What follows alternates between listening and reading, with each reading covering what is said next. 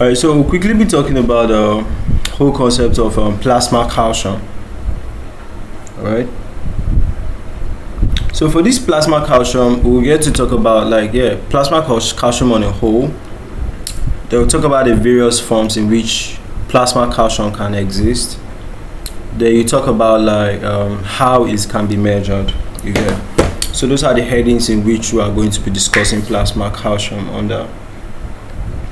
So for this plasma calcium, okay, literally we are just talking about calcium that actually exists in the plasma again. So plasma calcium can exist in three forms. We have the ionized calcium. This one is a physiological active one, right? That's the one, the Ca that has a 2+, right?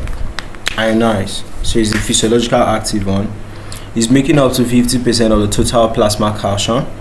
It plays a crucial role in muscle contraction, nerve function, and also your blood clotting. Then we have the protein-bound calcium, right? Approximately 40 to 45 of plasma calcium is bound to proteins. Primarily, the protein that actually binds this the most is what? Albumin.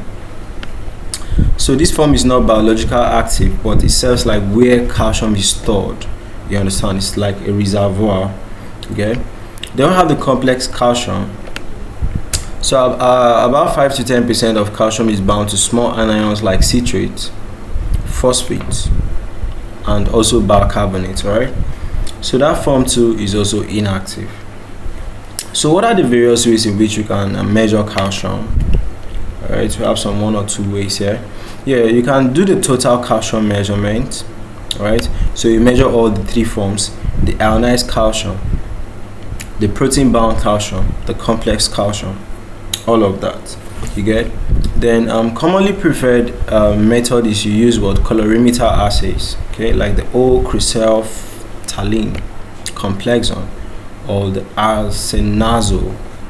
3 methods, right? Then the ionized calcium measurement, that one is just measure only the biological active one. You understand? Just measure the biological active one directly. Okay. Then adjusted or corrected calcium. This one is total calcium levels are adjusted for albumin concentration to account for variation in protein-bound calcium. You understand?